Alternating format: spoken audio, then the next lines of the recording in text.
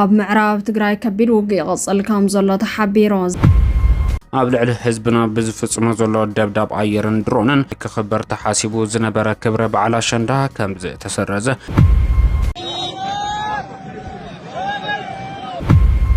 መራሕቲ ትግራይን መራሕቲ ፋኖን ህጹጽ ኣኼባ ኣስመራ ከም ዝኣተው ተሓቢሮም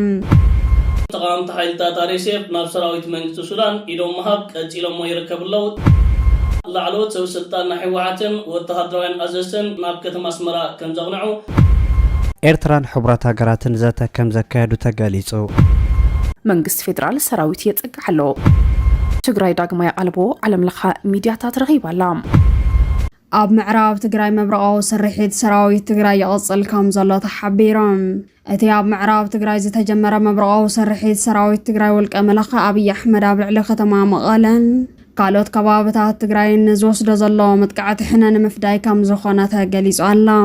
ካብ ምዕራብ ትግራይ ዝተፈላለያ ግዝኣታት ዝተረኸበ ሓበሬታ ከም ዝገለጾ ዓምባኽ ሰራዊት ብልጽግና ንመሻርክቱ ናብተን ዝሰርሕወን ድፍዓት ዘለኣለማዊ ድቃሲ ይድቀሶ ከም ዘለዎ እዩ ዝግለጽ ዘሎ ሰራዊት ትግራይ ብኣንፈት ደደቤት ዝርከብ ድልድል ተከዘ ተሻጊሩ ንወረርቲ የርግፎም ከም ዘሎ ኣብ ናይ ትማል ዜናና ከም ዝጸብጸብና ይፍለጥ እቲ ሎሚ ብኣርሚ 1742 ዝካየድ ዘሎ መብረቃዊ መጥቃዕቲ እውን ስርዓት ብልጽግና ኣብ ከተማ መቐለ ኣብ ልዕሊ ህፃውንትን ኣዴታትን ንዘብፅሖ ግፍዓዊ መጥቃዕቲ ግብረ መልሲ ንምሃብ ከም ዝኾነ ካብቲ ግንባር ካብ ወተሃደራዊ ፍልፍላትና ዝተረኸበ ሓበሬታ ገሊጾም ዓምባኽ ሰራዊት ብልጽግና ሰራዊት ትግራይ ተከዘ ከይሻገር ብኽልቲኡ ድልድላት ጽኑዕ ሓለዋ እናገበረ እንተጸንሐ እኳ ሰራዊት ትግራይ ወረርቲ ብዘይረድእዎ ሳይንሳዊ መንገዲ ተጠቒሞም ዝተወሰነ ሓይሊ ሰቦም ምስ ኣሻገረ እቲ ኣብኦ ዝሕሉ ዝነበረ ወራሪ ብዘይ ድምፂ ብሰላሕታዊ መንገዲ ክሰናበት ብምግባር ድፍዓት ምስ ተቆጻጸረ ድልድል ተጠቒመን ክልቲአን ኣርምታት ብምሽጋር ኣብ ልዕሊ እቲ ሓበሬታ ዘይነበሮን ደጀን ኣለኒ ኢሉ ደቂሱ ዝነበረን ወራሪ ሓይሊ ሃንደበታዊ መጥቃዕቲ ብምኽፋት ክረግፍ ከም ዝገበረኦ ተገሊጾም እቲ ውግእ ሎሚ እውን ኣብ ወልቃይት ይቕጽል ከም ዘሎ ዝገለጹ ፍልፍላትና ዛጊድ እውን ሓንቲ ወረዳ ነፃ ከም ዝወፀትን ሰራዊት ትግራይ መብረቃዊ መጥቃዕቲ ይቕጽል ከም ዘሎን ተፈሊጡ ኣሎ እቲ ኣብ ልዕሊ ዓምባኽ ሰራዊት ብልጽግና ተኸፊቱ ዘሎ መጥቃዕቲ ብኣንፈት ሸራሮ ብዝነበረ ኣርምታት ሰራዊት ትግራይ ምዃኑ ዝገለጹ ፍልፍላትና ኣርሚ 70 ኣርሚ 13 እውን ብኣንፈት ሱዳን መጥቃዕቲ ከም ዝጀመረ ሓቢሮም ካብ ፍልፍላት ዝተረኸበ ሓበሬታ ከም ዝገለጾ እቲ ብኣንፈት ሱዳን ተኸፊቱ ዘሎ መጥቃዕቲ ብሓይልታት ፋኖን ሰራዊት ሱዳንን እውን ይሕገዝ ከም ዘሎ እዩ ዝግለጽ ዘሎ በዓል ኣሸንዳ ካብ ስታዲየምን ኣደባባያትን ወፃእ ክኽበር ተወሲኑ ብምኽንያት ጆኖሳይደር ውልቀ መላኸ ኣብይ ኣሕመድ ኣብ ልዕሊ ህፃናትን ደቂ ኣንስትዮን ሓዊሱ ኣብ ልዕሊ ህዝብና ብዝፍጽሞ ዘሎ ደብዳብ ኣየርን ድሮንን ኣብ ስታዲየማት ትግራይ ክኽበር ተሓሲቡ ዝነበረ ክብረ በዓል ኣሸንዳ ከም ዝተሰረዘ ቢሮ ባህልን ቱሪዝምን ትግራይ ኣፍሊጡሎ ኣብ መላእ ትግራይ ዘለኽን ደቂ ኣሸንዳ ኾነ መተሓበርቲ ባህልን ቱሪዝምን ኣብ መንደርክን ብምዃን ባህልኽንን ክብረ خنن عقبكن بعال عشان نختخبرام حلفي بيروم بحال توريزم تግራይ ዝኾነ ኣይተ ዶሪ ኣስገዶም ዘሕለፎም መላእኽቲ የመላኽትም እና ብናይ ሰራዊት ክንጅምረልኩም ሰማዕተይ ሰራዊት ትግራይ እንግዲህ ከም ትፈልጥዎ ሁሉ ነገር ይቀረኒ ህዝበይ ክሻዕ ዝምለስ መሬተይ ክሻዕ ዝምለስ ኣነ ናብ ንቡር ናብራይ ክምለስ ኣይደልን የኢሉ ነጣሚው ዓሪቁ ኣብ ቁሪ ኣብ ፀሓይ ኣብ መቆት ኣብ ተፈላለየ ነገር እዩ ዝነብር ዘሎ ግን ህዚ ከም ቀደም ኣይኮነን ህዚ ከም ቀደም ኣይኮነን ትለኩም ተለኹ ዕጥቅመሉ እዩ እዚ ንጉራ ይኮነ ንፈኸራ ይኮነ ንገለ ይኮነ ንሕና ያ ንዛረብ ለዘና አምሓርኛ እውን ኮም ኢልና ንዛረብ ህዚ ኩሉ ነገር ተተኳሲ ሓንቲ ተተኳሲ ሓንቲ ጥይት ዋላ ጥይት እንዝባሉ ትግረኛና ተተኳሲ እውን ይብልዎ እዮም ሓንቲ ጥይት ዋላ ዘይብሉ ግዜ ነይርና አይና ጥይትና ወዲና ብዱላ በጠበንጃ በሳንጃ ዝተዋጋናሉ ግዜ ነይሩ እዩ ህዚ ግን ኩሉ ነገር እንሄና እዩ ምክልኻል ጥራዕ እንተይ ኮነ አጥቂዕና ከነሸንፈሉ ንኽእል ሓይል እንሄና እዩ እንታይና ንጽበለና ይብለለት ሰራዊትና ሰራዊት አሃዱ አበየ ግንባሩ ዝንሄ ሰራዊት ብጣዕሚ ዝሓዝዝ ዘሎ ዘንድሮናት መጽየን ዝወቃ ዘሎ እንግዲህ ከም ትፈልጥዎ ብዙሕ ነገር ከዓመት ናይ ዓለም ለኸ ድፍኢትም አንሳቶም እዮም ጀሚሮም ወይ ከዓምብልዮም ከይግበር ተፈላለየ ምኽንያት ናብ ትግራይና መራሕቲ ላዕሎት ኣዘዝትን ናብ መራሕቲ ትግራይን ዝምልከቶም ኣካልን ደውልና እንተን ሓተት ተለና ዝህቡና ምኽንያት ኣሎ ህዚ ግን ህዝቢ ንማኣዝ ደኣዩ ኸውን ንምንታይ ምክልኻል ጥራሕ እንተይውን ኮርስ ምጥቃዕውን ንኽእሊና እዮም ዙር ዘሎ ታይ ማለት እያ እዚኣ ብደንብ ዘይ ተረድእትኩም እንተኾይና ድሮን ከይትመጽእ ድሮን ወቂዕኻ መውራድ እንተይኮነ ድሮን ሰዲድ እንተጥቂዕኳ ድሮን ሰዲድ ካንስኻውን ክትወቅዐሉ ትኽእል ሓይል እንሄና እዩ ሚሳኤል ተኩሱ እቱ ሚሳኤል ዘውርድ ወይ ከዓመ ሚጊና ዘይብላ ትግራይ አውሮፕላን ሚጋት እያ ዘይብላ እምበር ሚሳኤል ተኩሱ ሓደጋ ከብፅሕ ዝኽእል እንተኮይኑ ሚሳኤል ተኩስና ንሕና እውን እቱ ሚሳኤል ጥራሕ ምውዳቕ እንተይኮነሲ ንቱ ተኸሚሩ ዘለሃ ሰራዊቱ ዝኹለይ ጋዕገል ጠምሒዙ ዘሎ ሰራዊቱ ወቂዕና ክነባረረሉ ንኽእል ከምታ ናይ ቅድሚ ህልቲ ቀርሽምና ክንማረኸሉ ንኽእል ዓቕሚ እንሄና እዩ እሞ እንታይ ኢና ንፅበ ዘለና ንሕና ክንዛረብ ኣይንኽእልን ዝበሉና እየን ነግረኩም ዘለና ደው ኢሎም እቶም ሰራዊት ካብ በየግንባሩ ዝነግሩና ዘለው ኢና ንዛረብ ዘለና ሚድያ እዩ ሚድያ እንትኸውን እንተሎ ናይ ኩሉ ኢኻ ትቐርብ ብፍላይ ናይ ሰራዊትም ናይ ትላዕለዋይም ናይ ታሕተዋይም ትዘሎ ምኽንያትም ኢኻ ትቐርብ ህዝቢ ዝርዝር እዚ ስለዝኾነ እዩ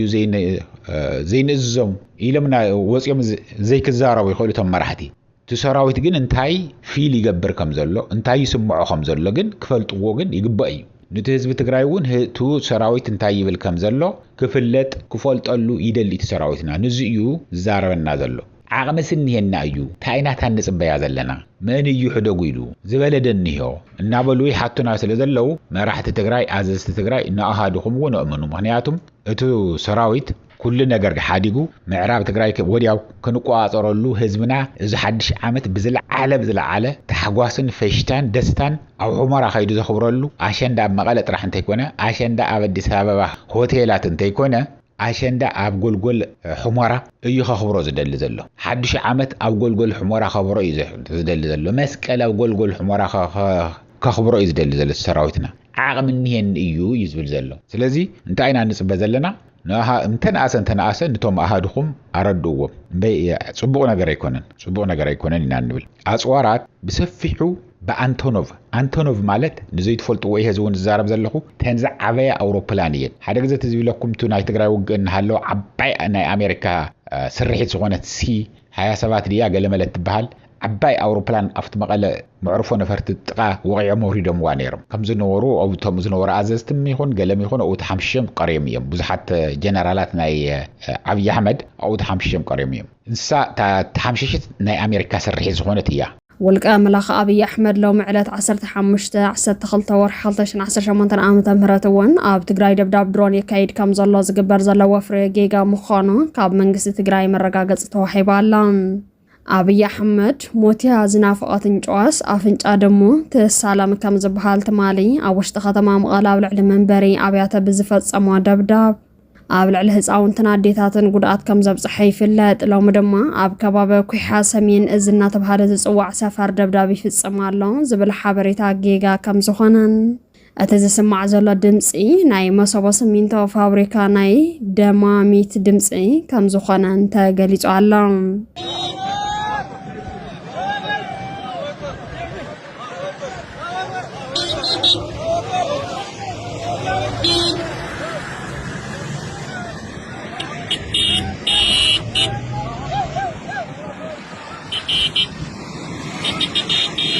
ተቃውምቲ ሓይልታት RSF ናብ ሰራዊት መንግስቲ ሱዳን ኢዶም መሃብ ቀፂሎም ይርከቡ ኣለዉ ትማል ማሲ ልዕሊ 200 ተቃውምቲ ሓይልታት RSF ምስዕጥቆምን ኣጽዋሮምን ናብ ሰራዊት መንግስቲ ሱዳን ኢዶም ሂቦም ይርከቡ ኣለዉ ዝሓለፈ መዓልታት እውን ተቃውምቲ ሓይልታት RSF ልዕሊ 300 ዝበጽሑ ናብ ሰራዊት መንግስቲ ሱዳን ኢዶም ሂቦም ምንባሮም ዝዝከር ኮይኑ እዚ ኢድ ናይ መሃብ መስርሕ ገና ቀጻሊ ዘሎ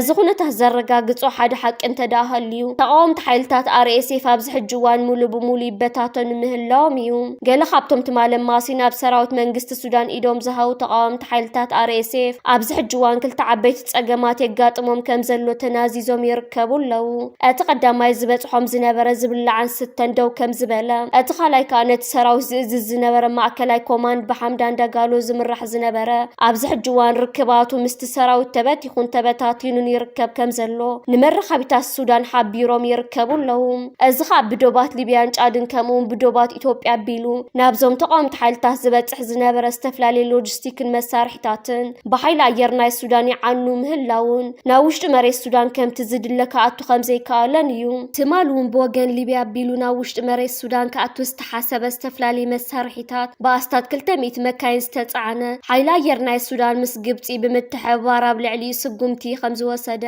መራኸቢታት ሱዳን ሓጺር ሓበሬታ ዘርጊሐን ነይረን ተቃውምቲ ሓይልታት RSF ኣብ ዝሕጂ እዋን ከቢድ ስዕረት የጋጥመሎ ሓምዳን ዳጋሎ ብጽኑዕ ሓሚሙ ኣብ ትሕቲ ጽኑዕ ሕክምናዊ ምክትታል ከም ዘሎን ኣብ ዝሓለፈ መዓልታት ካብ ኒያላ ሓበሬታታት ወፂኡ ነይሩ እዝን ካልእ ኣብ ግምት ብምእታው ተቃውምቲ ሓይልታት RSF ዳግማይ ክወዳደቡ ዝኽእልሉ ዕድላትን ኣጋጣምታትን ዘኽተመ ይመስል እዛ ኣገዳሲ ምዕባለታት ኣብ ሱዳን ዝምዝገብ ዘሎ ንሰራዊትን ህዝብን መንግስቲ ሱዳን ኣገዳሲ ዓወታት እዩ በተዘዋዋሪ መንገዲ ሱዳን ክትረጋጋእ ልዑል ግደን ተራን ጸዋታ ዘለዋ ከም ኤርትራ ግብጽን ስዑድ ዓረብን ዝኣመሰለ ሃገራት እውን እዚናታት ንዓኣተኑን ዓብይ ዓወት እዩ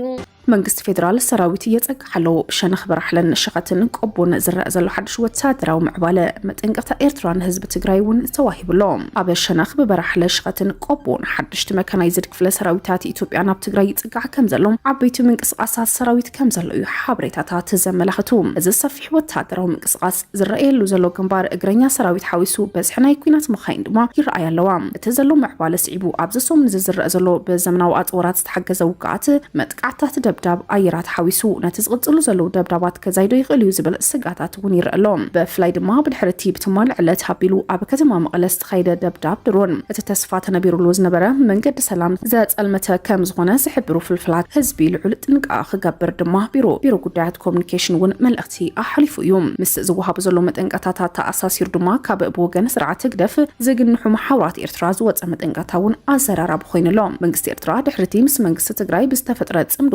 ኪዳን ኣብ ትግራይ ዝኾነ ዓይነት ጆኖሳይድ ክፍጽም ኣይንፈቅድን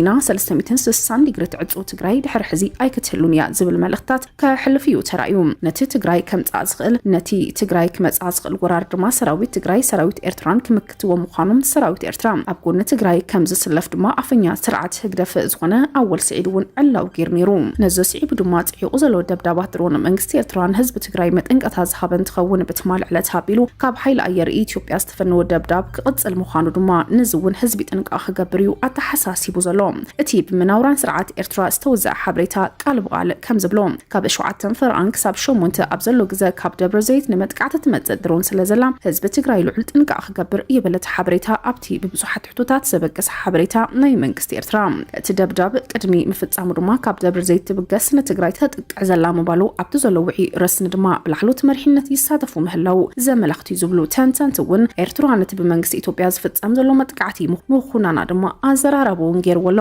ሓበሬታታት ከም ዘመላኽቱ ህግደፍ ዝሃቡ ሓበሬታ ድሕርቲ ኣብ ከተማ መቐለ ብ14 ሓሰ ከባቢ ሰዓት 5 ኣቢሉ ዝተፈጸመ ደብዳብ ስዒቡ መጠንቀቕታ ዝሃበ እንትኸውን ካብ 7 ፍርኣን ክሳብ 8 ዝመጸት ነፋሪት እኳ ተዘይነበረት ብተመሳሳሊ መጠንቀቕታ ግን ኣማስዩ መግለፂ ዝሃበ ሕወሓት ህዝቢ ኣብ ልዕሊ ህላውኡ ዝመጽኡ ዘሎ ሓደጋን ምምካት ክስለፍን ካብቲ ደብዳብ ድሮን ክመጽኡ ዝኽእል ተቐልዓይነት ጥንቃቐ ክገብር ድማ መንግስቲ ትግራይ እውን እንትኾነ ናተሓሳሰበ ዝርከብ እዩ ኣብ ትግራይ ዘጋጠም ዘሎ መጥቃዕቲ ድሮን ኩነታት ዘየጋማመተ ቃላት መራሕቲ ሕወሓት ተባሂሉ ነዚ ዝበለ ስታሊን ገብረስላሴ ህልውናና ኣብ መቃብር ብልጽግና ዝብል ቃል ድሕሪ ምዝራብ ንዕኡ ተኸቲሉ ንዝመጸካ ሓደጋ ናይ ምክልኻል ቁመና ክህልወካ ግድን ኢሉ መጥቃዕቲ ኣየር ከጋጥመና እንተሎ ትግራይ ኣብይ ታእዩ ክገብር እሞ ህልውና ትግራይ ዝረጋገጽ ኣብ መቃብር ብልጽግና እዩ ተባሂሉ እዩ حكي بوجن تجري كله هزوك تلعب دلهم دفهم صحنقو تداليهم دخم يركون كم دي عندكم قاعد تزارب تلهم تداليهم دخم يركم ويس بقى صقم يقولن اني تايم بغيزي خلينا ندالو هنا اجي من قد خندالو هنا يكون هم غيركم بعلهم تفطوا هلونا تجري زرغاغص عم مقابل بصقنا ايمات كنقبرك عينا اديس عام صلاح كنقبرك عينا لكم بصقنا توايلي بصقنا بدحين تاي غير بتدلي بشرنا يخفت تدلي درون لما طمص يتكوس تدلي زخونه بوتا يخيد مقاله درو بميغن انتونوفن ኢትዮጵያ አየር መንገድ ጎንን ይመጻ ኣብ ዝኾነ ዓለም ብድሮን ናተወቃኻ ናይ ኢትዮጵያ ወይ ናይ ሰላም አውሮፕላን አይመጽን ኖ ፍላይ ዞን ይዝባል ዝኾነ ውግእ ከም ስለዝኸውን ኖ ፍላይ ዞን ይዝባል ስታሊን ወሽኹ ናብ ሲቪል ሒዘን ናብ መቐለም ዝኣቱ አውሮፕላናት ቁምቡላታት ጻዕና አንቶኖቫት ጎንና ጎኒ ይኣቷ ምህላውን ገሊጾም ኣብቲ ቀደም 8 ወርሒ ግዜ ድሮን አየር ተናእስ አየር የውድቁ ነይሮም ተናሰይ ትኩሱ ነይሮም ክትመሰላ ሚክ ክትመሰላ ተናሰይ ትኩሱ ይስሕትዋ ዲ መውዕዋ ዳዝማር ግን ይትኩሱ ነይሮም ሕዚ ጠጠው ኢሎም ፀረ ድሮን ኣለዎም ዶ የለዎምን ቀደም ዝጎርጎ ዝነበሩ ኣየር ዝወቅዑ ነበሩ እህል ተኾይኖም ዘይወቅዑ ተኾይኖም ተናሰ ዘይትኩሱ እንታይ እስካው ንኸውን ይፅበለና እቲ ኦርዲናሪ ትግራዋይ ዝሓቶ ዘሎ ሕቶ እዩ ይተብላዓለ ዘሎ መሪሕነት ዘሎ ዝፈልጦ ባዕሊ ዝፈልጦ ምድላዋት TDF ከም ንሰምዖ ብደገ ቀጥታهم በተዘዋዋሪ ውሽጣዊሽቱም ከም ንሰምዖ መዓልቲ ሎጂስቲክስ ናጠንከረ ይኸይድ ከም ዘሎ ብሎጂስቲክስ ናጠንከረ ከም ዝኸር ዘሎ ብዙሕ ነገራት ሓበሬታት ረኪብና ዝፅቡቅ ዜናታት ማለት እዩ ብትዕግስቲ ሓልፎ ትዕግስቲ መዓልቲ ትዕግስቲ ታይስ ካብ ዝኸውን ትዕግስቲ ዝበሃል ቋንቋ ኣሎ ኢና ንሕና ኢሞሽናሊ ብስምዒት ንዛረበ ኣለና ንሕና ወታደራ ስለ ዘይኮንና ሕብረተሰብ እውን እኹል ሓበሬታ ስለ ዘይብሉ ከምኡ ኢሉ ዝኣምን ቶም ሰብ ፕላን ቶም ናይ ፅምዶ ሓይልታት እንታይ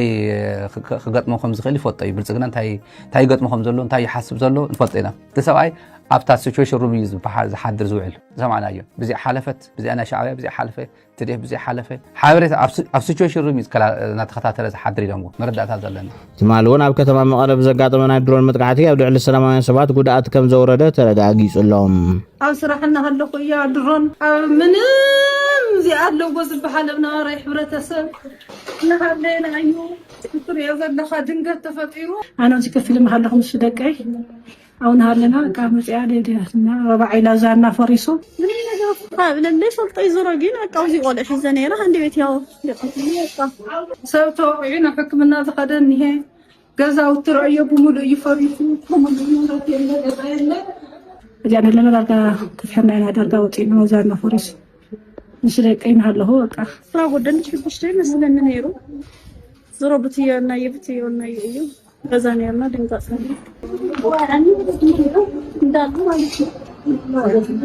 وانا على ذي اكفيله وقالوا زينيره دق طالع الله ما عم سلك نوصلنا نوصينا تملي سلك حد قرعه بدقه تسقينا في حدا كلاس كل اللي ندال كلاس بعصب شمون كلاس كله يفرس زي كل ما ايوه امين هذا ما سلكنا يفرسنا وريدنا እትንፈለማ እዋን ድሕሪ ውዕሊ ፕሪቶሪያ ኣብ ርእሲ ከተማ ትግራይ መቐለ ዘፈጸመ መጥቃዕቲ ድሮን ነታ መንጎ መንግስቲ ፌደራልን ህዝባዊ ወያነ ሓርነት ትግራይን ዘለዎ ውጥሪ ናብ ካሊእ ምዕራፍ ከይሰጋገር ስጋት ፈጢሩ ይርከብ ካብቲ ማለት ዝተፈጸመ መጥቃዕቲ ሓዲኡ ፍሉይ ስሙ እንዳማርያም ዳዕሮ ኣብ ዝበሃል መንበር ኣባይቲ ከም ዝተፈጸመ ብሰንኩ ድማ ኣደታትን ህፃውንትን ቆሲሎም ናብ ሆስፒታል ከም ዝተወሰዱ ካብ ነበርቲ ተረጋጊጽሎም ቅድሚ 2 መዓልቲ እውን ኣብ መቐለ 12 ኪሎ ሜትሮ ርሒቓ ብትርከብ ከተማ ኩሓ ወረዳ እንዳታ ቆሸት ዳንዴራ ተመሳሳሊ መጥቃዕቲ ድሮን ከም ዝተፈጸመ ምግላጽና ዝዝከር እዩ ኣብ ሆስፒታል ዓይደር መተሓባበሪ ክፍሉ ጽኑዕ ክንክን ብርሃኑ ሃይለማርያም ንቢቢሲ ኣብ ዝሃቦ ሓበሬታ በቲ መጥቃዕቲ ጉድኣት ዝበጽሖም 14 ሰባት ናብ ሆስፒታል ከም ዝኣተውን 3 ሰባት ብከቢድ ከም ዝቆሰሉን ገሊጹሎም ካብቶም ሕክምናዊ ደገፍ ዝግበረሎም ዘለዎ ግዳያት እቶም 5 ህፃናት ምዃኖም እቲ መተሓባበሪ ወሲኹ ኣረዲኡሎም بوغن فيدرال منغسي كابوغ شررينا جميرو كسابتي اب تግራይ ዝበጽሐ ደብዳብ ድሮን ዝኾነ ዘሃቡ ዕላው መግለጽ የለን ይድረስ ዛሬ ጥቃት ላይ የፈጸምከው ሰውዬ አስበው አንተ ጥቃት ላይ በፈጸምከው እናትህ ወይም አባትህ ወይ ወንድምህ ቢሆን ኖሮ ምን ይሰማህ ነበር እነዚህ ጥቃት ላይ የፈጸምክባቸው ልጆች እናቶች አባቶች ሁሉም ዜጎች ናቸው ሲቪሊያን ናቸው በሲቪሊያን ላይ ጥቃት መፈጸም ደግሞ በጣም ክፋት ውርደት ነው ህዝብ ምን አረገ ምናልባት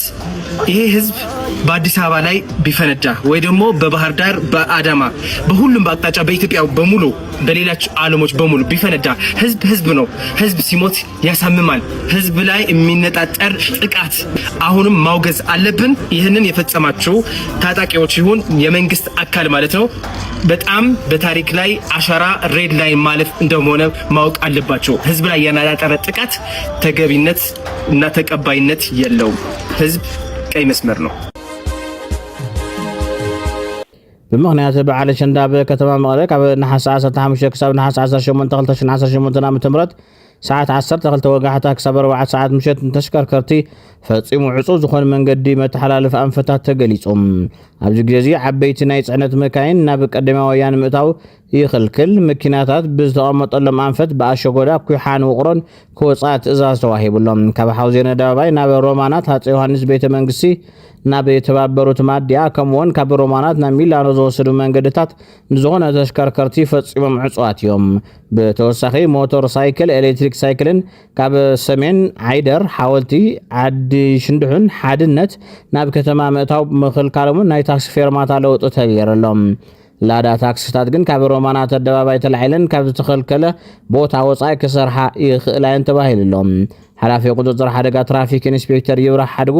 ነዚ ትእዛዝ ጥሒሱ ንዝርከብ አሽከርካሪ ብሕጊ መሰረት ስጉምቲ ከም ዝውሰድ አጠንቂቖም ስርዓት ብልጽግና ላዕለዎት ሰበስልጣን ሕወሓትን ወታደራዊ ኣዘዝትን ብተመሳሳሊ ናይ ፋኖ ክልተ ላዕለዎት ኣዘዝቲ ትማል ናብ ከተማ ኣስመራ ከም ዘምርሑ ክናዘዝ ተሰሚዑ ይርከብ ኣሎ እዚ ስርዓት ብልጽግና ብመራኸቢታቱን ከምኡውን ብኣፈኛታቱን ኣቢሉ ዘርጊሕዎ ዝርከብ ዘሎ ከምዚ ዓይነት ሓበሬታ ናትናኤል መኮንን ዝተባሃለ ኣፈኛ ምክልኻል ተሃገር ኣብ ገጽ ፌስቡክ ዘስፈሮ ሓበሬታ እዩ ካብ ላዕለዎት ኣመራርሓ ናይ ሕወሓት ደብረጽዮን ገብረ ሚካኤል ዝርከብዎም ጀነራል ፍስሓ ማንጁስ ከምኡውን ጀነራል ወዲ መድሂን ክኾኑ ከለው ካልኦት 7 ላዕለዎት ወታደራዊ ኣዘዝቲ ናብ ኣስመራ ከም ዘምርሑ ዘመነ ካሴ ከምኡውን ጀነራል ተፈራ ማሙ ካብ ላዕለዎት ኣመራርሓ ፋኖ ናብ ከተማ ኣስመራ ከም ዝኣተው ኣብቲ ጽሑፋቱ ገሊጹ ይርከብ ኣሎ እዚ ኣስመራ ይካየዳሉ ዝበሃል ዘሎ ከምዚ ዓይነት ርክባትን ምትእኽባትን ኣብ ልዕሊ ኢትዮጵያን ምክልኻል ተሃገርን መጠነ ሰፊሕ መጥቃዕትታት ንምክያድ ዝዓለመ ከም ዝኾነ ናትናኤል መኮንን ድሕሪ ምንዛዝ ሻዕብያ ዝገብሮ ዘሎ ከምዚ ዓይነት ምትእኽኻብ ከጥፍኦ እዩ ክብል እዩ ብፍሉይ ናብ ኤርትራን ሓይልታት ምክልኻል ኤርትራን ክፍክር ተራእዩ ዝርከብ ዘሎ ብተወሳኺ ኣብ ዝሓለፈ እዋን እውን ኤርትራ እስካብ 3000 ኪሎ ሜትር ዝውንጨፍ ሚሳኤላት ስራሕቲ ናይ ሩስያ ዝኾነ ብመንገዲ ባሕሪ ቢላ የእትያ ዝብል ካልእ ዜናታት ዘርጊሖም ነይሮም እዚ ከዓ ንህዝቦምን ደገፍቶምን ዜናታት ብምስራሕ መመሊሶም ኣብ ፍርሕን ራዕድን ኣውዲቖሞም ይርከቡ እዚ ኣብ ከተማ ኣስመራ ተኣኻኺቦም ዝበሃሉ ዘለው ላዕለዎት ኣመራርሓ ሕወሓትን ፋኖን ብልጽግና ካብ ፍርሒ ዝነቐለ እምበር ነቲ ተገይሩ ዝበሃል ዘሎ ርክባህ ዝኾነ ይኹን ጭብጥታት ከምኡውን ቪድዮታትን ስእልታትን ከቕርባ ኣይከኣለን ኣብ ትግራይ ሓድሽ ኣወዳድባ ከራቢት ከም ዝተመስረተን ንምኸተ ድልዋት ከም ዝኾነ እንታይ ገሊፆም ህዝቢ ትግራይ ነቲ ኣብ ልዕሊ ፅንተት ኣውጆ ብግብሪ ንዝወፈራ ውልቀ መላኸ ጀኖሳይደር ኣብይ ኣሕመድ ንምምካት ኩሎ መዳያዊ ዓቕምታት ምኸተ ከጠናኸር ከም ዝግባእ እውን ተፀዊዓ ኣላ እዚ ዝተገለጸ ኣብ ከተማ እንዳባጉና ኣካል ኩሎ መዳያዊ ምጥንኻር ዓቕምታት ምኸተ ዝኾነ ሓድሽ ኣወዳድባ ከራቢት ብዕሊ ተጣይሹ ናብ ተግባር ምስግጋሩን ኣብ ዝተገለጸሉ መድረኽ እዮም ካብ ሰናይ ቀደም ዓላማን ሽትኦን ጀኖሳይዳዊ ውልቀ መላኸ ኣገዛዝ ኣብይ ኣሕመድ ህዝቢ ትግራይ ነበር ንምግባር ዓሊመ እየ ወፊረ ዘሎ ነዚ ንምቕልባስን ሃልዋትናን ድሕንነትና ንምርግጋፅን ኩሎ መዳያዊ ዓቕምና ክነጠናኽር ይግባእ ኢሎም ኣብቲ መድረኽ ዝተረኸበ ከንቲባ ከተማ እንዳባጉና ኣይተ ልጃለም አብርሃም መጥያሽ ሓድሽ ኣወዳድባ ከራቢት ኣብ ሕሉፍ ዕጥቃዊ ቃልሲ 17 ዓመት ዝነበሮ ነባር ዓቕሚ ግደ ከራቢት ኣብ ምድጋፍን ምዕዋትን ቃልስና ዕወት መንባሩ ዘዘኻኸሮ ከንቲባ ከተማ እንዳባጉና ኣይተ ልጃለም አብርሃ ኣብ ጥንካረ ህዝባዊ ውዳበታት ኣብ ምጥንኻር ቆቕሕ ኮይንካ ከባቢኻ ኣብ ምሕላውን ሕብረተሰብና ግንዛበ ኣብ ምሃብን ምድጋፍን ልዑል ተራ ዝፃወት ኣወዳድባ ምዃኑ ገሊፃ ዝተወሃበኩም ሓላፍነት ጠንኪርኩም ክትሰርሑ ህዝብና ካብ ናይ ውሽጥን ደገን ተሰግሲጎም ዘለው ጸላእትና ብሽፍትነት ብሓሶት ብበለካ ለኽዕካን ኣብ ህዝብና ራዕድን ምፍጣር ዝተወደበ ጸረ ህዝቢ ዝኾኑ ባንዳታት ፈሊኻ ኣብ ትሕቲ ቁፅፅር ምውዓል ልዕሊ ኩሉ ድማ ህዝቢ ትግራይ ነበረ ንምግባር ንዝተበገሰ ጀኖሳይዳዊ ውልቀ መላኸ ኣብይ ኣሕመድ ንምምካትን ሃለዋትናን ድሕንነትናን ንምርግጋፅን ኩሎ መዳያዊ ዓቕምታት ምኸተ ክጠናኸሩ ከም ዝግባእ ብምግላጽ ምጥያሽ ውዳበ ከራቢት ኣካለ ዘቃልሲ ብምዃኑ እጃም ኸበርክት ዘኽእሎ ኩሉ ክምክት ምዃኑ ኣብቲ መድረኽ ገሊፃ ተሳተፍቲ እቲ መድረኽ ብግድኦም ጸላኢና ጀኖሳይደር ኣብይ ኣሕመድ ህዝቢ ትግራይ ከም ህዝቢ ከጥፍአኩም እየ ኢሎም ብተግባር ተበጊሱ ኣሎ ንሕና ድማ ናይ መንባረን ዘይምንባረን ሕቶ ስለ ዝኾነ ድማ ለይትን ቀትረን ደኺምኒ ጸሚኡኒ ከይበልና ውዳባዊ ልእኽቶና ተቐቢልና ኣብ ወትሮ ድልውነትን መኸተን ኣለና ክብሎ ሓቢሮም ክብል ርክብን ሓበሬታን ከተማ እንዳባጉና ሓቢሮም ልዕሊ 300 ተዋጋእቲ RSF ናብ ሰራዊት ሱዳን ተጸምቢሮም እዞም ልዕሊ 300 ተዋጋእቲ ሓይሊ ፈጣን ደገፍ RSF ካብ ጎኒ ተጉጅለ ተፈልዮም ናብ ሰራዊት ሱዳን ከም ተጸምበሩ ሓደሽቲ ሓበሬታታት የመላኽቱ ኣለዉ ብብርጋዴር ጀነራል ሙሳ ካምሲን ዝምርሑ ኮይኖም ኣብ ሰሜን ዳርፉር ተበጊሶም ናብ ከባቢ ኣልዳባህ ብድሕሪኡ ድማ ናብ ኦምዶ ሁርማን ከም ዝኣተው ተገሊጹ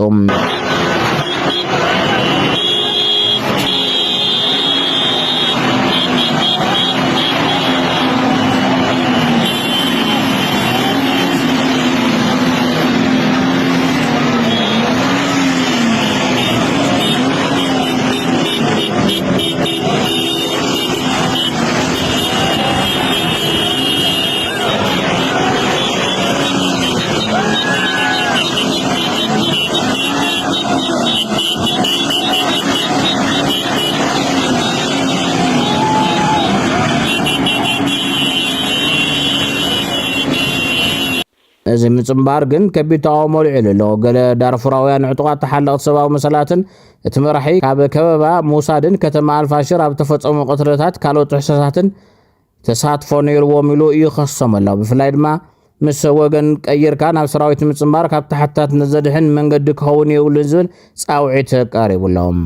ኣብ ከተማ መቐለ ቅድሚ ሒደ ደቂቕ ዝተሰምዐ ድምፂ ነታጊ ናይ መሰቦ ሲሚንቶ ደማሚት ምዃኑ ተገሊጹሎ ብርክት ዝበሉ ኣካላት ምስታብ ዝቐንያት ብስርዓት ብልጽግና ብጆኖሳይደር ኣብይ ኣሕመድ ክካየድ ዝቐነየ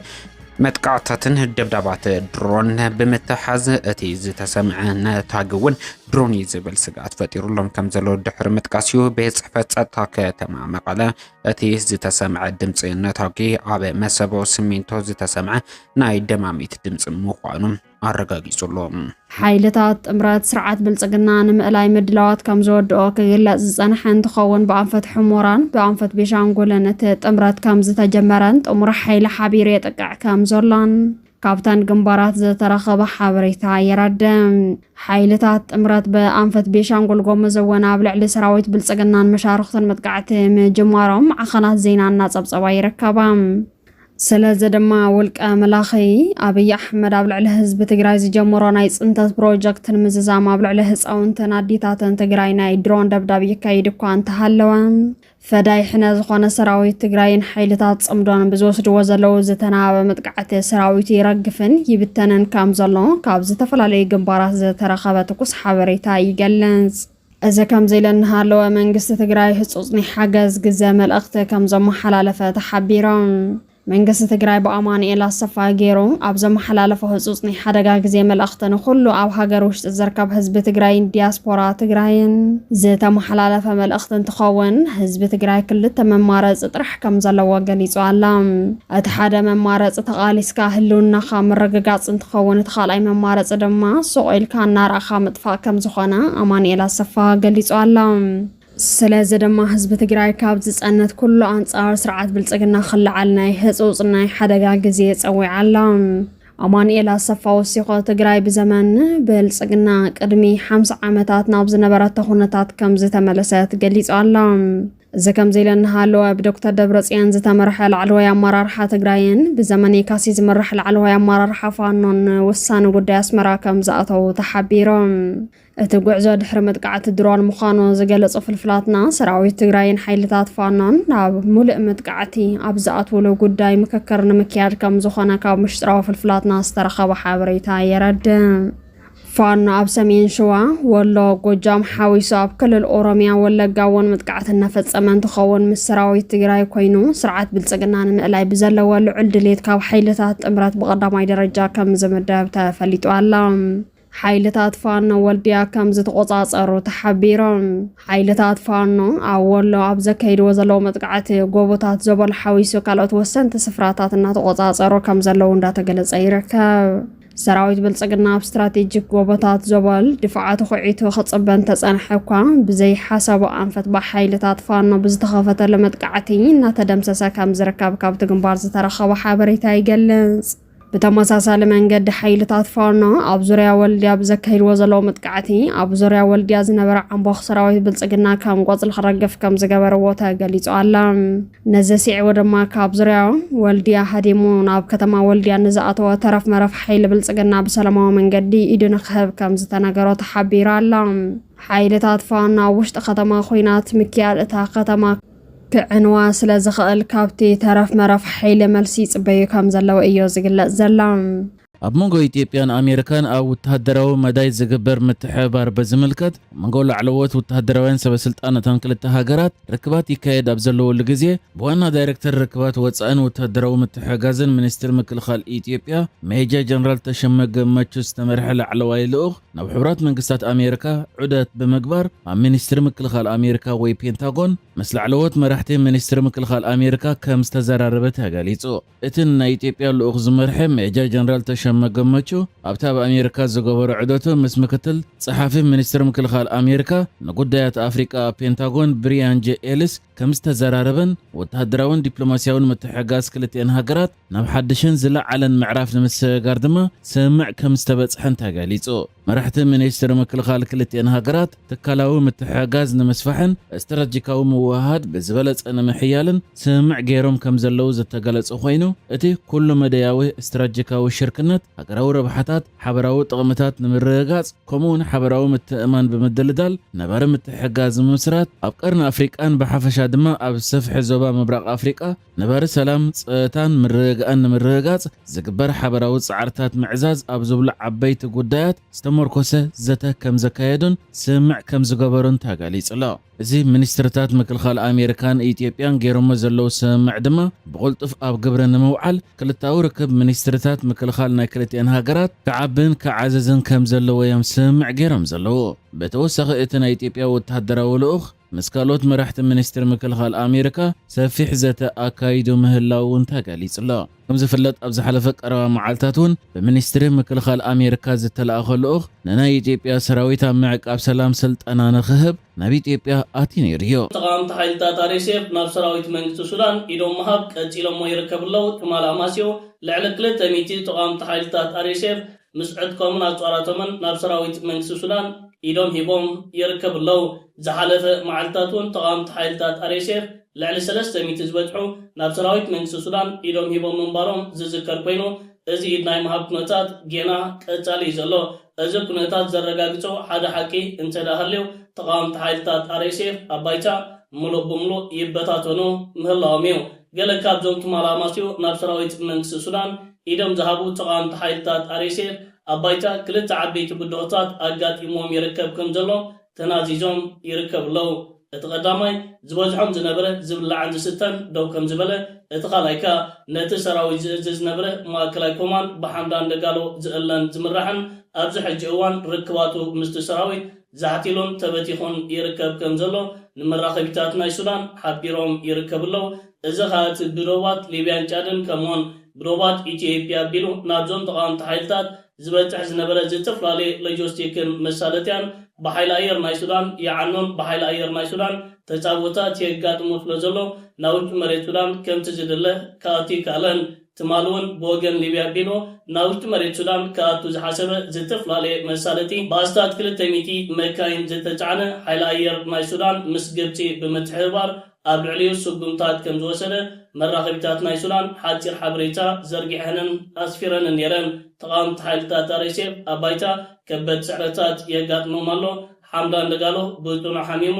ኣብ ትሕቲ ፅኑዕ ሕክምናዊ ክትትል ከም ዘለውን ኣብዚ ዝሓለፉ መዓልትታት ካብ ኒያላ ሓበሬታታት ወፂኡ ነይሩ። እዝን ካልአን ኣብ ግምት ምእታው ተቃዋምቲ ሓይልታት RSF ዳግማይ ክወዳደብሉ ዝኽእል ዝነበረ ዕድልን ኣጋጣሚታትን ዘኽተመ ይመስል። እዚ ኣገዳሲ ምዕባለታት ኣብ ሱዳን ዝምዝገብ ዘሎ ንሰራዊትን ህዝብን መንግስቲ ሱዳን ኣገዳሲ ዓወታት እዩ። ብተዛር መንገዲ ሱዳን ክትረጋጋእ ልዑል ግደን ተራን ዝፃወታ ዘለዋ ከም ኤርትራ፣ ግብፅን ስዑድ ዓረብን ዝኣመሰለ ሃገራትን እዚ ዜናታት ንዓን ዓበይቲ ዓወታት እዩ። ክቡራት ተኸታተልቲ ፈንቅል ኤር ሚድያ ካብ ምስላም ዜናታት ሰራዊት ከይወፃና ትማል እውን ኣብ ሶማል ሓደ ዓቢ ምዕባለታት ተመዝጊቡ ይርከብ ኣሎ። ናይ ሶማሊላንድ ሰራዊት ብላዕለዋይ ወተሃደራዊ ኣዛዝን ጀነራልን ዝምራሕ ናብ ሰራዊት መንግስቲ ሶማል ይድሂብ ይርከብ ኣሎ። ከም ዝፍለጥ ሶማሊላንድ ምስ ማእከላይ መንግስቲ ሶማል ኣብ ጥልን ቅርሕንትን ኣትያ ትርከብ ዘላ ዞባ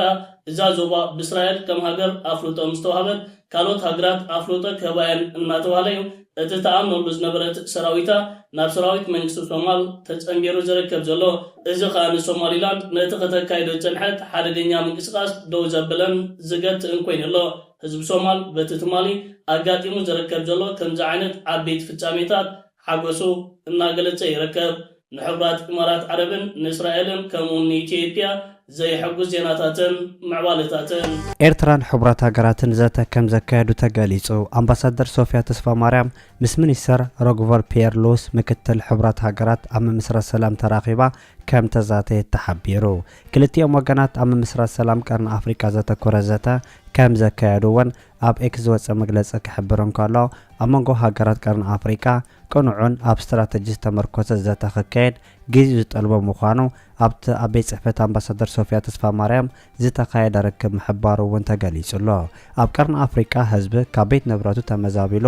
ክነበር ተፈሪዱ ከም ዘሎ ዝገልጹ እቶም ሰበስልጣናት እቲ ኣብ ዓለም ካብ ዘለው ዞባታት ሓደ ካብ ዝኸፍኡ ኮይኑ ዝርከብ ናይ ቀርኒ ኣፍሪካ ኩነታት ዝመሓየሸሉ መደባት ክሕንፀት ፀዊዖም ኣለው። ሞትን ምምዝባልን መለለይ ናይቲ ዞባ ኮይኑ ክቅፅል ከም ዘይግባእ እውን ኣብቲ ዘተ ዝተሓበረ ኮይኑ ዓለም ነቲ ኩነታት እናርአየት ዓይና ዓሜታ ክትከይድ ጉጉይ ምዃኑን ቁልጥፍ ስጉምቲ ዝውሰደሉ ግዜ ከም ዝበፅሐውን ኣብቲ ዘተ ተገሊጹሎ።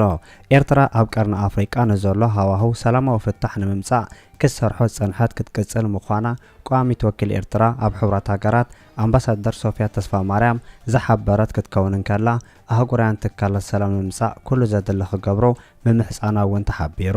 ናይ ክልቲኦም ወገናት ዘተ ሰላም መረጋግኣን ምትሕብባርን ዞባ ቀርኒ ኣፍሪካን እዋናዊ ምዕባለታቱን ዘተኮረ መንባር እውን ብተወሳኺ ፍለጥ ተኻኢሉሎ። ትግራይ ዳግማይ ቃልቦ ዓለም ለኸ ሚድያታት ረኺባላ። ኣብ ዝተፈላለዩ ከተማታት ትግራይ ዝካየድ ዘለዉ ደብዳባት ድሮን ስዒቡ ትግራይ ዳግማይ ቃልቦ ኣህጉራዊ ሚድያታት ክትረክብ እያ ጀሚራ። ኣብ ከተማ መቐለ ዝተፈጸመ ደብዳባት ድሮን ስዒቡ እውን ብዝተኣሳሰር ድማ ዓለም ለኻዊ ሚድያታት እውን ከቃልዑ እየን ተራእየን። ብድሕሪ ትማለ ዝተፈጸመ ደብዳብ ትግራይ ዳግማይ ናብ ዓለም ለኸ ኣቃልቦ ተኣቱ ዘላ። እቲ ኣቃልቦ ግን ብዛዕባ ደብዳብ ጥራሕ ዘይኮነስ ኣብ መንጎ ፌደራል መንግስትን ሓይልታት ትግራይ እናወሰኸ ዝመጽእ ዘሎ ውጥረት ስምምዕነት ሰላም ክዕቀብ ይኽእል ድዩ ዝብል ስጋታት እውን ዘጠቃለል እዩ። እዞም ሓድሽቲ ጸብጻባት ክሳብ ሕዚ ብዝተረኸበ ሓበሬታ ዓለም ለኸ ሚድያታት እውን ነቲ ኩነታት እናተኸታተሉ እዮም። እቲ ብትማል ዕለት ደብዳብ ከተማ መቐለ ብቐጥታ ዝጸብጸቡ ከም ቢቢሲ፣ ሮይተርስ፣ ኤፒ ዝኣመሰሉ ሚድያታት የቃልሑ ኣለዋ። ዝተፈጸመ ደብዳብ ኣብ ከተማ መቐለ ጥራሕ ዘይኮነስ ብሰፊሕ እውን ኣብ ሓድሽ ፖለቲካት ሃገር ዘሎ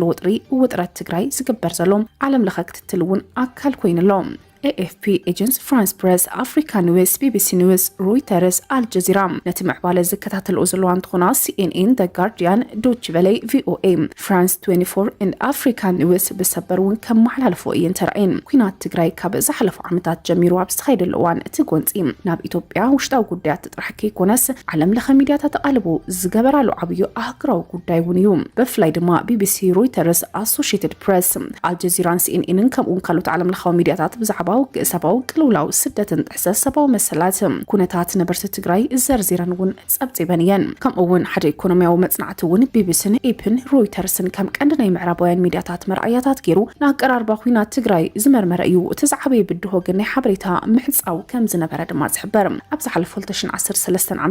ኣብ ፈለማት ኩናት ኢንተርኔት፣ ቴሌፎን ካልእ መራኸብታት ኣብ ትግራይ ተቋሪጾም ኣብ ዝነበረሉ ኣብቲ ክልል ንጋዜጠኛታት ምእታውን ተገዲቡ እዩ ነይሩ። እንትኾነ ግን እዚ ድማ ሚድያታት ብቐጥታ ካብ ቦታ ኩናት ሓበሬታ ክረኽቡ ኣዝዩ ኣጸጋሚ ዝነበረ እንትኸውን ስለዚ ድማ ዓለም ለኸ ሚድያታት ካብ ስደተኛታት ካብ ነበርትን ካብ ሰበስልጣናትን ካልኦት ፍልፍላት ሓበሬታ ብምእካብ ነቲ ኩነታት ናብ ዓለም ከቃልሑ እውን ፈቲነን ነይረን። ብፍላይ ሮይተርስ ኣብ መወዳእታ ሕዳር 2020 ድማ ሓይልታት ፌደራል ናብ ከተማ መቐለ ይቐርቡ ከም ዝነበሩ ከቢድ ደብዳብ ከም ዝነበረ ብምግላጽ ሓበሬታ ዘርጊሑ ነይሩ። እንትኾነ ግን ሮይተርስ እቲ ሓበሬታ ብምኽንያት ናይ መራኸቢ ምቁራጽ ውሱን ምእታዊ ብነጻ ምርግጋጽ ኣጸጋሚ ከም ዝነበረ እውን ኣመላኺቱ ነይሩ። አልጀዚራ እውን እንትኾነ ብወገን እቲ ኣብ ትግራይ ዝነበረ ዕፅዋ ሓበሬታ ብዝርዝር እያ ተኸታቲላ። ኣብ 2021 ዝወፀ ጸብጻብ ድማ እቲ ክልልን ኣዋርሕ ከም ኢንፎርሜሽን ብላክ ሆል ኮይኑ ከም ዝነበረን ጋዜጠኛታት ድማ ኣብ መወዳእታ ናብ ትግራይ ከኣትው ከም ዝጀመሩን እያ ጸብጺባ። እዚ ኣገዳሲ ምዕባለታት ንትግራይ ቀሊል ዝበሃል ዘይኮነስ ዓለም ለኸ ሚድያታት ብዛዕባ ኩናት ትግራይ ዘይኮነስ ሰብኣዊ ቅልውላው ናይ ሓበሬታ ዕፅዋ ናብ ዓለም ንኽበጽሕ ሓደ መስኮት እውን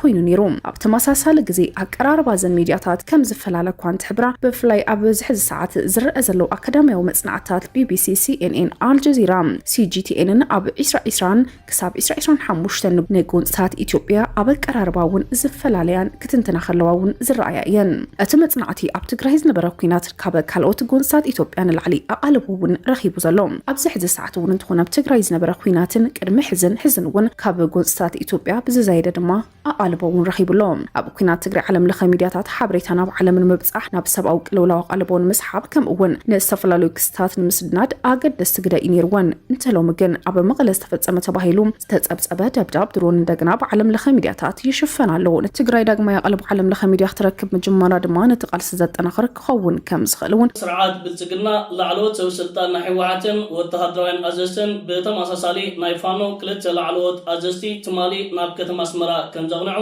ክናዘዝ ተሰሚዑ ይርከብ ኣሎ እዚ ስርዓት ብልጽግና ብመራኸቢታትን ከምኡውን ብኣፈኛታትን ኣቢሉ ዘርጊሕዎ ዝርከብ ዘሎ ከምዚ ዓይነት ሓበሬታ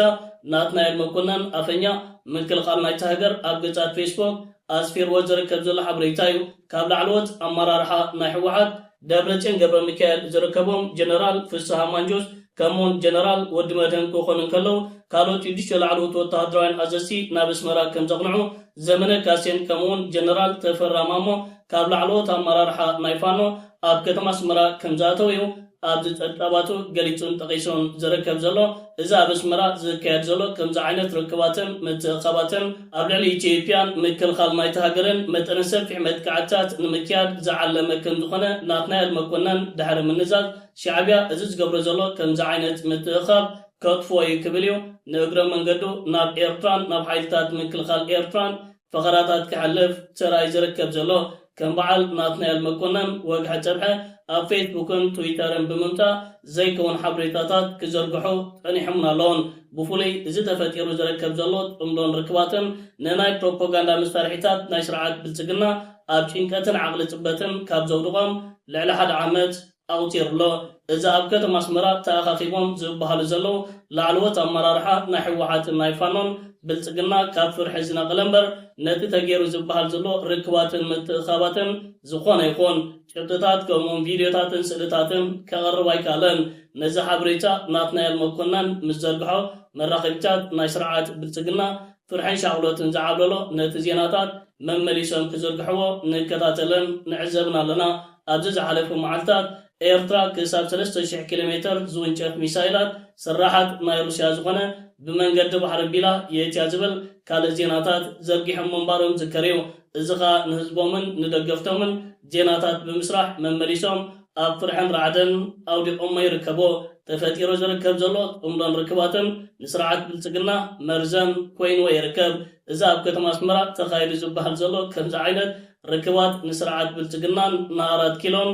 ነቕነቕ ኣቢልዎ ይርከብ ወታደራዊ ሓይልታት ቁልጡፍ ደገፍ RSF ኣብ ልዕሊ ግዛት ሰሜን ኮርዶፋን ሱዳን 6 ሰላማውያን ሰባት ከም ዝሞቱን ኣማኢት ሰባት ድማ ናብ ርእሰ ከተማ እታ ግዛት ካድሙ ከም ዝተገደዱ ፍልፍላት ፀጥታ ሓደ በዓል ስልጣን እቲ ከባቢ ንሱዳን ትሪቡን ኣፍሊጡሎም ድሕሪ ቀትሪ ካብ ኤል ኦበይደድ ንደቡባዊ ምዕራብ 14 ኪሎ ሜትር ርሒቓ ትርከብ ዓድታት ዳረይሳን ኣልሸቕላን ዘመተ ሰራዊታት ምክልኻል ሃገር ከም ዘካየዱ ፍልፍላት ፀጥታን ትገልጹ ነበርቲ ከም ዝቆሰሉን ካልኦት ድማ ድሓዮም ከም ዘይተረኽበ ይዝሕበር ዘሎ ካብ 215 ስድራ ቤታት ልዕሊ 1000 ሰባት ክሳብ ፍርቂ መዓልቲ ሓሙስ ብእግሮም ናብ ኤል ኦበይደድ ከም ዝኣተው ሓደ በዓል ስልጣን መንግስቲ ክልል ሰሜን ኮርዶፋን ሱዳን ትሪቡን ኣብ ብዛዕባ ሓበሬታን ተብርህ ብዙሓት ካብቶም ተመዛበልቲ ደቂ ኣንስትዮ ህፃናትን ኣረጋውያን ሓዊሱ ን10 ኪሎ ሜትራት ብእግሮም ኣብ ኣዝዩ ኣሰካፊ ኩነታት ከም ዘእትዎም ዝሕብር ዘሎ እቲ በዓል ስልጣን ዕጡቓት RSF ኣብ ዝሓለፉ መዓልትታት ኣብ ልዕሊ ነበርቲ ዓድታት ሰፊሕ ገዝታት ከም ዝፈጸሙ ብምኽሳስ እዚ ድማ ዘይሕጋዊ ቅትለትን ኣካላዊ መጥቃዕቲ ፆታዊ ዓመፅ ብጠበንጃ ብን ምዝማት ዝዓለመ ጉዱድ ምምዝባል ሓዊሱ ክብሊ ዝነቀፍ እቲ መጥቃዕቲ ድሕሪ እቲ ዝሓለፈ ሰሙን ኤል ኦበይደድ ንደቡባዊ ምዕራብ 20 ኪሎ ሜትር ርሒቓ ኣብ እትርከብ ከተማ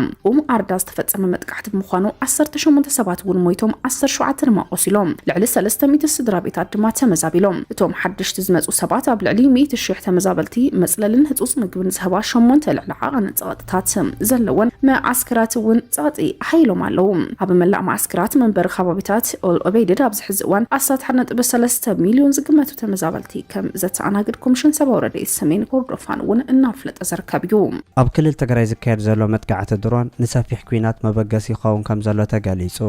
ኣብ ከተማ መቐለ ትማለ ድሕሪ ዝተኻየደ መጥቃዕታት ድሮን እቲ ፍጻመ ንሰፊሕ ኩናት መበገሲ ምዃኑ ዝተፈላለዩ ሚድያታት ይገልጹ ዘለዉ ኮይኖም እቲ ኣብ ልዕሊ ንጹሃት ሰባት ዝተኻየደ መጥቃዕቲ ህዝቢ ንምድሃል ዝዓለመ ምዃኑ እውን ይሕበር። ናይ ብልጽግና ሓይለ ኣብ ልዕሊ ትግራይ ብቐጻለ ናይ ድሮን ደብዳባት ህዝቢ ከሳቕን መሪሕነት ከዳኽም ምዃኑ ዝገልጹ ዘሎ ፖለቲከኛታት ናይ ብልጽግና ሓይሊ ብናይ ድሮን ደብዳባት ጥራይ ንናይ ጽምዶ ሓይሊ ክምክት ተበጊሱ ከም ዘለውን ይሕብሩ ኣለዉ። ንናይ ብልጽግና ሓይሊ ርሕቐት ቦታን ረቂቕ ዕጥቂ ቴክኖሎጂ ላዕለዋይ ኢድ ከትሕዞ ከም ዝኽእል ዝገልጹ ናይ ኣዲስ ኣበባ ምንጭታት ኣብ ሰሜን ዘሎ ሓይሊ ናብ ኣዲስ ኣበባ ክቐርብ ዘኽእል ቴክኖሎጂ ከም ዘይሃነፀ ይገልጹ። ኣብ መንጎቶም ንምውዳቕ ፌደራል መንግስቲ ዝሰርሑ ዘለዉ ተቃወምቲ ወገናት ኪዳን ተመስሪቱ ከም ዘሎ ዝሕብሩ ወገናት እቲ ኪዳን መንቀለ ናይቲ ደብዳባት ምዃኑ እውን ክሕብሩ ከለዉ ናይ ብልጽግና ሓይሊ ሓድሽ ወተሃደራዊ ኪዳን ተወዳዲቡ ኣብ መጥቃዕቲ ከይበጽሐ ከጥቅዖ መዲቡ ከም ዘሎ ወሲኾም ይሕብሩ። ነቲ ኣብ ልዕሊ ከተማ መቐለ ዝተኻየደ መጥቃዕቲ ድሮን ኣመልኪቶም ብርክት ዝበሉ ወገናት መግለፂ ዘውፅኦ ኮይኖም ሳልሳይ ወያነ ትግራይ ኣብ ከተማ መቐለ ብስርዓት ኢትዮጵያ ኣብ ልዕሊ ንጹሃት ደቂ ትግራይ ደብዳብ ተፈጺሙ ክብል ምሕባሩን ኩሉ ዝምልከቶ ኣንጻር እቲ ኢሰብኣዊ ተግባር ክሰርሕ ተማሕጺኑ ከም ዘሎ እውን ተሓቢሩ። እቲ መግለፂ ወሲኹ እውን ደብዳባት ድሮን ኣብ ልዕሊ ሰላማውያን ሰባት መቐጸልታ ናይቲ ቅድሚ 5 ዓመታት ዝተኻየደ ተመሳሳሊ መጥቃዕቲ ምዃኑ እውን ዘረድአ ኮይኑ ህዝብን መንግስትን ትግራይ ምእንቲ ክህሉ ክቃለስ ምጽውዑ እውን ተገሊጹ። መንግስቲ ፌደራል ናይቲ ኣብ ዝተፈላለዩ ክፋላት ትግራይ ከካየዶ ጸንሐ ደብዳባት ድሮን ኣብ ከተማ መቐለ እውን ደብዳብ ድሮን ምክያዱን ትማሊ ካብ መቐለ ዝተረኸበ ሓበሬታ ዝገለጸ ኮይኑ እቲ መጥቃዕቲ ኣብ ከተማ መቐለ ኣብ ክልተ ቦታ ዝተኻየደ ኮይኑ ሓያሎ ሰባት ጉድኣት ከም ዝበጽሖም ተገሊጹ እዩ። እዚ ከምዚ ኢሉ እንከሎ ምስ ሰራዊት ኢትዮጵያን መንግስቲ ኢትዮጵያን ቅርበት ዘለዎም ሓይልታት ዶክተር ደብረጽዮን ሓዊሱ ላዕሎት ሓለፍቲ ሰራዊት ትግራይን ፋኖን ኤርትራ ከም ዝኣተው ይገልጹ ኣለዉ። እዞም ምስ መንግስቲ ኢትዮጵያን ሰራዊት ምክልኻል ኢትዮጵያን ቅርበት ዘለዎም ሓይልታት ደብረጽዮን ሓዊሱ 4 ናይ ፖለቲካ መራሕቲ ጀነራል ፍስሐ ማንጁስ፣ ጀነራል ወዲመድህን ሓዊሱ 6 ናይ TDF ኣመራርሓ ዘመነ ካሴን ጀነራል ተፈረማሞ ሓዊሱ 4 ናይ ፋኖ ኣመራርሓ በቅደ ትማሊ ኤርትራ ከም ዝኣተው ገሊጾም። ሓይሊ ኣየር ኢትዮጵያ ነቲ ትማሊ ኣብ ከተማ መቐለ ብነፈርቲ ኩናት ቢሉ ዘካየዶ ደብዳባት ኣብ ልዕሊ ሰላማዊ ህዝብን ህፃናትን ዝወረደ ጉድኣት ዕጅብ ከይበሎ እቲ ዝተኻየደ ናይ ነፈርቲ ኩናት ደብዳባትን መጥቃዕትታትን ንላዕሎት ወተሃደራውያን ኣዘዝትን ጀነራላትን ናይ ክልል ትግራይ ዕላማታት ዘነጻጸረ ከም ዝነበረ መግለጺታት ኣውፂኡ ይርከብ ኣሎ።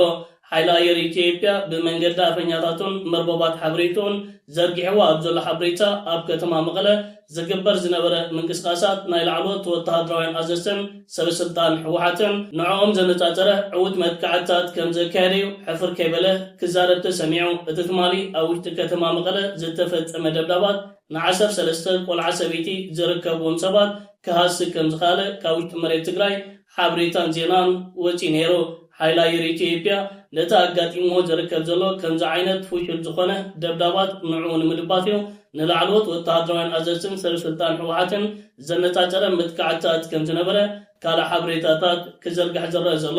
ሓይሊ ኣየር ኢትዮጵያ ኣብ ውሽጢ መሬት ክልል ትግራይ ከምኡውን ኣምሓራን ኦሮሞን ዘካየዶ ዘሎ ደብዳባት ከምቲ ዝድለ ውፅኢት ከምጻሊ ካለን እዚ ሓይሊ ኣየር ክሳብ ሕጂ ኣብ ክልል ትግራይ ኣካይድዎ ዝርከብ ዘሎ ደብዳብን ስርሒታትን ንዝኾነ ይኹን ወተሃደራዊ ዕላማታትን መሳለጥያን ካርም ኣይካለን። እዚ ሓይሊ ኣየር ብዓይኒ ብለይ ስንብለይ ነዚ ደብዳባት ይፍጽሞ ከም ዘሎ ዘርዩ ላዕለዎት ሰበስልጣን ሕወሓትን ጀነራላትን ትማሊ ኣብቲ ከባቢታት ከም ዘይነበሩ ናይ ዓይኒ መሰኻክር ንቴሌቭዥን ትግራይ ሓበሬታታት ሂቦም ነይሮም እዮም። ስርዓት ብልጽግናን ሓይሊ ኣየር ናይቲ ሃገርን ንሰበስልጣን ሕወሓት ዘነጻጸረ ኣካይዳ ይኽተሉ ከም ዘለዉ ግን ንእግረ መንገዶም ንክልል ትግራይ ንሰበስልጣን ሕወሓትን መልእኽታቶም ይሕሊፎም ኣለዉ።